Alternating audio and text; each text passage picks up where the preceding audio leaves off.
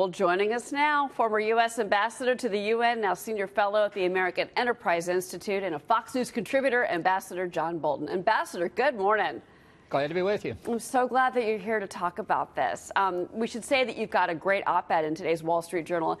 It's titled, How to Defund the UN. So I encourage everybody to read it. It's a great piece. But when it comes to the budget, what do you make of these moves? And also, you know better than we do the machinations of the UN. How is this going to be perceived within the walls of the UN?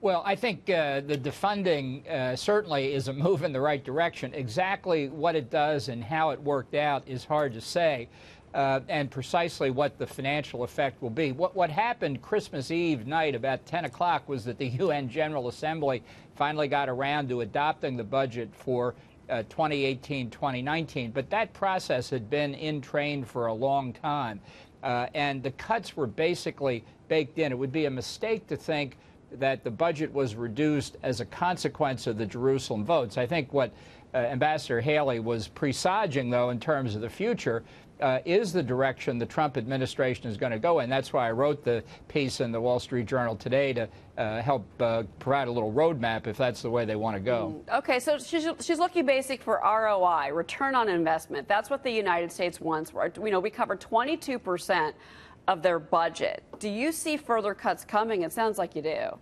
Well, absolutely. I mean, I think we need to reject the entire taxation system on which the UN budget for most agencies is based. They develop a top-line number for the budget, and then we get to pay 22% of it, as you said, 28% in the case of UN peacekeeping. So when we're unable to affect the top-line budget, we are taxed at the rate of 22%. I think we should reject assessed contributions.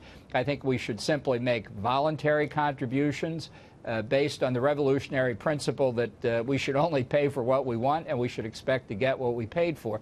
I think that would be a tsunami through the UN system. So give us some ideas about what we would pay for, because so many activities of the UN are not in the best interests of the United States, and we have dissented on those areas again and again. What parts of UN activities should America voluntarily support?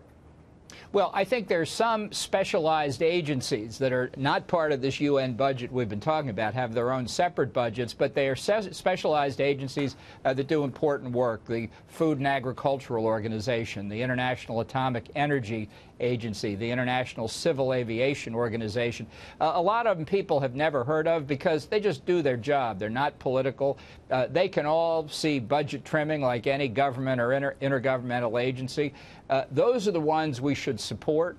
But others that, like the UN Human Rights Council, for example, I would not only defund that, I would withdraw the United States from it and delegitimize it. That's interesting. You know, well, obviously the budget cut comes days after the UN overwhelmingly adopted that resolution that denounced the president's decision to move the U.S. Embassy in Israel to Jerusalem. But you also had Guatemala over the weekend. They say that they're going to move their embassy to Jerusalem as well. That's the first nation to follow our lead. Now you've got 10 other countries reportedly in talks with Israel to move their embassies. So, Ambassador, do you think that these other countries, that there's going to be more countries that will follow suit, follow our lead, if you will? Well, I think it's entirely possible, but let's be clear. I think the president still has an uphill battle with the State Department. What he announced was that we recognize that Jerusalem was, in fact, Israel's capital, but the State Department within days said, well, we're not going to change that on maps for passports that are issued to U.S. citizens who were born in Jerusalem, for example. It's not going to say Jerusalem, Israel. A whole series of things like that that lead me to believe the State Department still doesn't want to move the embassy. So president's a real estate executive. He knows how to get things done. He needs to push that along. And I think once we start turning dirt on a new embassy site, other countries will follow because it's common sense. Where do you normally put your country's embassy? You put it in the capital of the country to which the diplomats are accredited. That's all the president really did. Ambassador Steve Rogers, good seeing you again. Ambassador, there's been an ongoing debate, which I'm sure you're aware of, as to whether the UN should move its headquarters out of the United States and plant themselves somewhere else on the face of this earth. What's your take on this?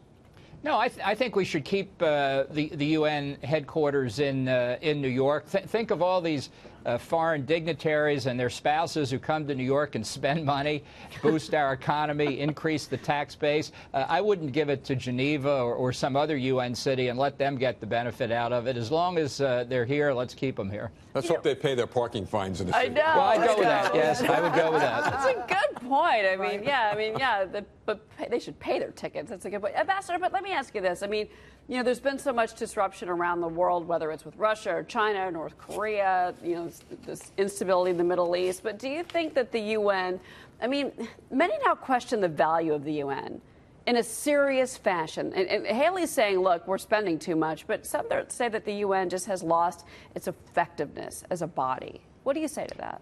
Well, I think there's a lot to that. You know, the spending is a problem in and of itself, but the spending is also a reflection, it's a symptom of the underlying issue, which is that these bureaucracies have a tendency to grow and assume responsibilities in ways that try and affect democratic governments. That's why, for example, I'd pull out of the Human Rights Council, which has demonstrated a consistently anti-Israel, anti-American policy, this council and its predecessor. And I think it goes to a point President Trump has made that certainly I've been concerned about for a long time. That's protecting American sovereignty. I think when the United States uses its financial clout in the UN, it can be heard. And when we don't, by and large, we're ignored. Ambassador John Bolton, it was good to have you on the show. We appreciate your time. Glad to be with you. Yeah, and the great op-ed in the Journal.